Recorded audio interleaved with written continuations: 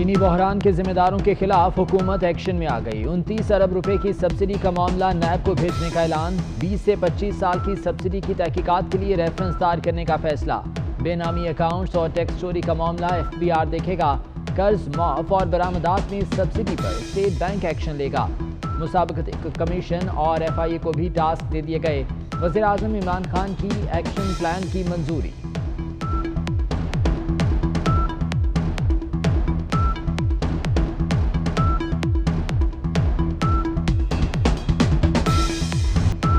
حمزہ sugar mills اور JDW کا tax fraud سامنے آیا۔ معاون خصوصی برائے احتساب شہزاد اکبر کہتے ہیں سلمان شہباز کے ایما پر شاہد خاقان عباسی نے سبسڈی دی۔ خزانے کو 20 ارب روپے کا چونا لگایا گیا۔ شاہد خاقان کے دن بھی گنے جا چکے۔ کوئی کسی جماعت سے ہو، کتنا ہی طاقتور کیوں نہ ہو، جواب دینا ہوگا۔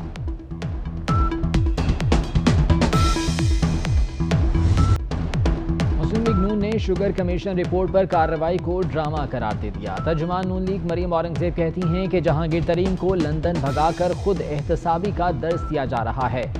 چینی اسکینڈل میں صرف عمران خان ملوث ہیں۔ احسن اقبال بولے شوگر کمیشن اس لیے بنا تھا کہ چینی 52 سے 90 روپے کلو کیسے ہوئی۔ عمران خان اپنی چوری چھپانے کے لیے توپوں کا رخ دوسری طرف موڑ رہے ہیں۔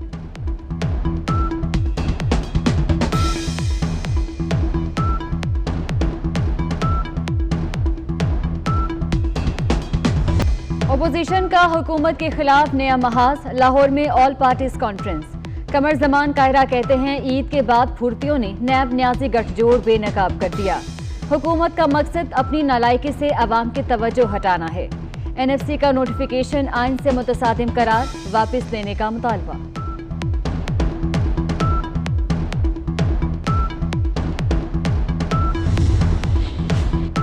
رانا ثناء اللہ کی بھی حکومت پر چڑھائی۔ کہا آنے والے دنوں میں ارطغرل کا کردار اپوزیشن ادا کرے گی۔ نیب کو سیاسی انجینئرنگ کے لیے استعمال کیا جا رہا ہے۔ کرونا وائرس پر صورتحال کو حکومت نے بری طرح ہینڈل کیا۔ شیخ رشید پر بھی تنقید۔ کہا وہ جھوٹی خبریں اڑاتے رہتے ہیں۔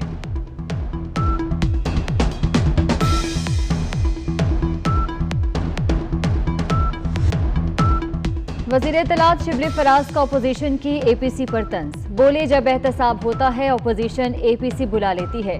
ماضی کی حکومتوں کی وجہ سے ملک پیچھے جاتا گیا۔ شبلی فراز کا احتساب مزید سخت کرنے کا اندیا۔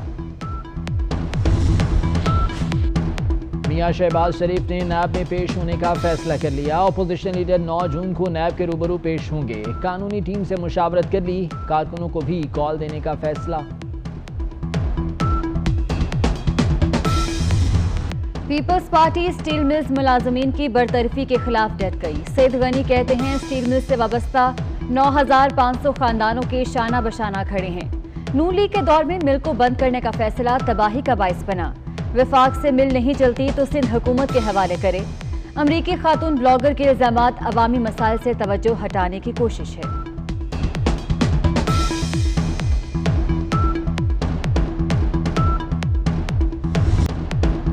کلاسز نہ رہنمائی، مہنگی ہے پھر بھی پڑھائی۔ آن لائن کلاسز کے لیے انٹرنیٹ کا خرچہ بھی طلبہ کے ذمے۔ طلبہ نے کلاسز نہ ہونے اور فیسوں کی وصولی پر ملکگیر احتجاج کی کال دے دی۔ طلبہ کا کہنا ہے کہ انٹرنیٹ سروس کہیں میسر نہیں تو کہیں انٹرنیٹ کی سپیڈ ہی نہیں۔ کلاسز کس طرح لیں اور فیس کیوں دیں؟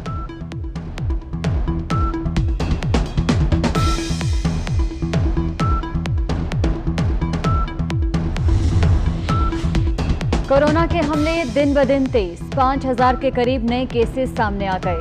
مریضوں کی تعداد 98,943 ہو گئی۔ مزید 67 افراد جاں بحق، اموات 2000 سے تجاوز کر گئی۔ معاون خصوصی ظفر مرزا کہتے ہیں کورونا سے جتنی اموات ہوئیں ان میں سے 74% افراد کو دیگر امراض تھے۔ مریضوں میں معمر اور بیمار افراد شامل تھے۔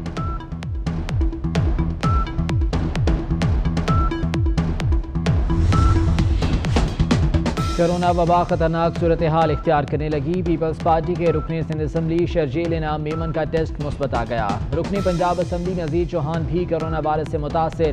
PTI کے رکن قومی اسمبلی جے پرکاش بھی کرونا میں مبتلا۔